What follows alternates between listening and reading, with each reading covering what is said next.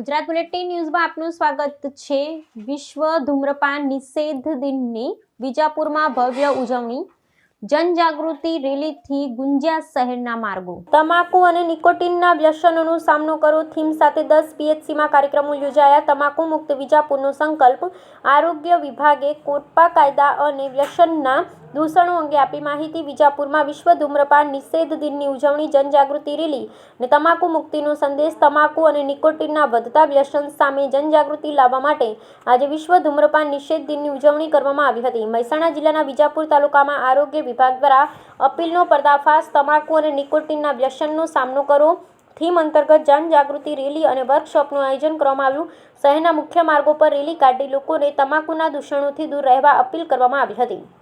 સાથે જ કોટપા કાયદાની જોગવાઈઓ અને તમાકુ સેવનથી થતા ગંભીર રોગો અંગે પણ માર્ગદર્શન આપવામાં આવ્યું હતું। તો જોઈએ આ અંગેનો વિશેષ અહેવાલ।